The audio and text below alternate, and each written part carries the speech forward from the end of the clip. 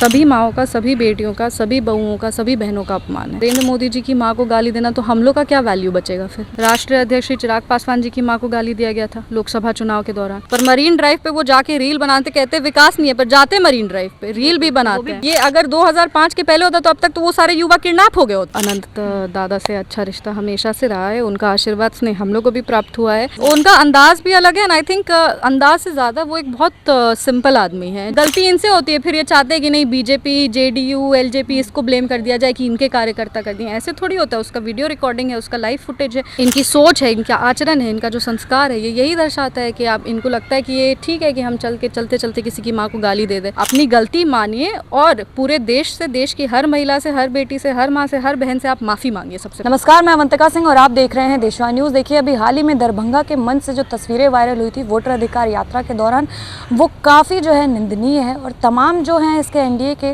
कार्यकर्ता उसको लेकर के प्रदर्शन करते हुए भी हमें नजर आए हैं। इसी तमाम मुद्दे पर बातचीत करने के लिए हमारे साथ आज मौजूद हैं समस्तीपुर की एमपी शांभवी चौधरी।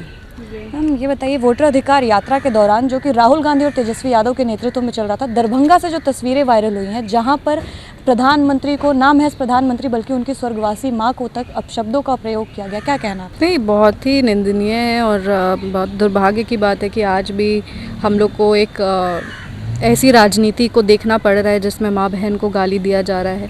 ये एक राजनीति का न्यू लो हमको लगता है ये लोग सेट कर दिए हैं, और वो भी ऐसा नहीं था कि कोई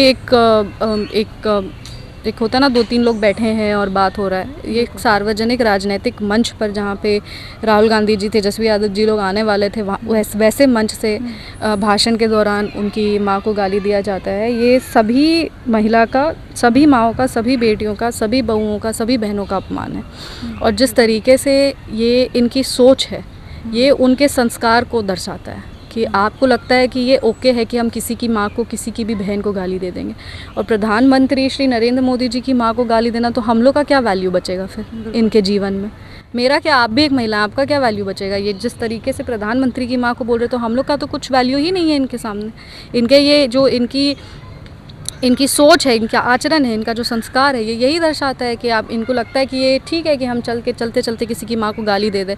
और इसकी हम लोग बहुत मजबूती से हम लोग इसकी निंदा करते हैं, और ये जो भी हुआ है ये बहुत ही ख़राब है। और आने वाले समय में हम लोग को राजनीति में संस्कार को लेकर चलना चाहिए। जब युवा का हम लोग बात करते हैं कि युवा आए राजनीति में, बढ़ चढ़ के भाग लें, तो ऐसे में युवाओं के लिए हम लोग को एक अच्छी एक राजनीति सकारात्मक जो चर्चा हो, जिसमें संवाद हो, जिसमें अच्छे कैसे डेवलपमेंट, विकास के मुद्दे को लेकर चर्चा हो, ये राजनीति करनी चाहिए। ये नहीं कि आप किसी की माँ को गाली दे रहे हैं, किसी की बहन को गाली दे रहे हैं।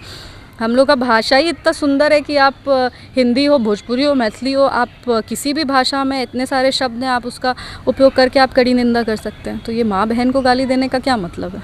बिल्कुल मैम, जो लगातार महागठबंधन के कार्यकर्ता हैं वो इसी बात पर अड़े हुए हैं कि जिसने गाली दी वो ना कांग्रेस का था, ना ही राजद का था।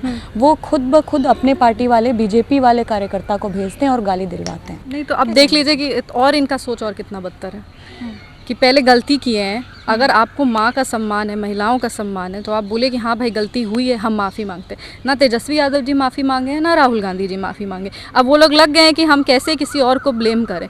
अरे आपका मंच है, आपके वोटर अधिकार यात्रा का वो मंच वहाँ पे लगा हुआ है। आई थिंक जाले विधानसभा था, वहाँ पे आपका मंच लगा हुआ है। वहाँ पे राहुल गांधी जी, तेजस्वी यादव जी आने वाले थे। वहाँ पे आप कार्यकर्ता को एकत्रित किए हुए हैं कि अभी आएंगे। उस कार्यकर्ता में से कोई एक जो है वो गाली, जो भी उनका नाम हो, उस कार्यकर्ता में से कोई गाली देता, अब आप कहते हैं कि नहीं भाजपा के लोग गाली दिए। कुछ भी मतलब हर चीज़ के लिए पहले जो गलती इनसे होती है, फिर ये चाहते हैं कि नहीं बीजेपी, जेडीयू, एलजेपी इसको ब्लेम कर दिया जाए कि इनके कार्यकर्ता कर दिए। ऐसे थोड़ी होता है। उसका वीडियो रिकॉर्डिंग है, उसका लाइव फुटेज है, ऑडियो है, सब कुछ सर्कुलेट हो चुका है। अपनी गलती मानिए और पूरे देश से, देश की हर महिला से, हर बेटी से, हर माँ से, हर बहन से आप माफ़ी मांगिए सबसे पहले तो। मैम, जैसा कि आपने कहा गलती मानने के लिए, तो गलती मानने के लिए लगातार बीजेपी के जो कार्यकर्ता हैं उनका विरोध प्रदर्शन हमें देखने को मिल रहा है। और साथ ही इस विरोध प्रदर्शन में एनडीए द्वारा तमाम जितने भी नेता हैं उनके द्वारा बिहार बंदी की गई है, क्या कहना है आपको? नहीं, बिल्कुल ये एक हम लोग का, अब देखिए हम लोग अपनी जो नाराज़गी है वो जता सकते हैं, और नाराज़गी हम लोग किसी भी ढंग से जता सकते हैं। और ये हम लोग इसके लिए बिहार बंद करें, सिर्फ अपने प्रधानमंत्री की माता की लड़ाई नहीं लड़े। हम लोग हर महिला के सम्मान में ये लड़ाई लड़ रहे हैं कि किसी भी माँ को, किसी भी बहन को, राजद और कांग्रेस वाले जो बार बार राष्ट्रीय अध्यक्ष श्री चिराग पासवान जी की माँ को गाली दिया गया था लोकसभा चुनाव के दौरान, अभी प्रधानमंत्री को गाली दिया जा रहा है। और हम लोग तमाम हर समय देखते हैं कि ये जो महागठबंधन वाले हैं वो हर समय किसी की माँ, किसी की बहन को लेकर पर्सनल अटैक करते रहते हैं, किसी की बेटी को लेकर पर्सनल अटैक करते रहते हैं। उनको लगता है कि नहीं ये बहुत कॉमन है, हम भी बोल देंगे, चलते चलते कुछ भी बोल देते हैं। तो नहीं, ऐसा नहीं होना चाहिए। जिम्मेदारी के साथ राजनीति करनी चाहिए। जनप्रतिनिधि है हम लोग का आचरण सही हो, इसकी जिम्मेदारी हमारी है, और सुचारू ढंग से सकारात्मक राजनीति कर सके इसके लिए हम सबको मेहनत करना चाहिए। एक तरफ वो विरोध कर रहे हैं, लगातार बोल रहे हैं कि एनडीए बेकार है, प्रधानमंत्री बेकार हैं, सबको अपशब्दों का प्रयोग कर रहे हैं। वहीं दूसरी ओर हमें जो तस्वीरें सामने आई है मरीन ड्राइव से, जहां पर तेजस्वी यादव जो है वो प्रधानमंत्री द्वारा ही बनाए गए मरीन ड्राइव पर एंजॉय कर रहे हैं, क्या कहना आपको?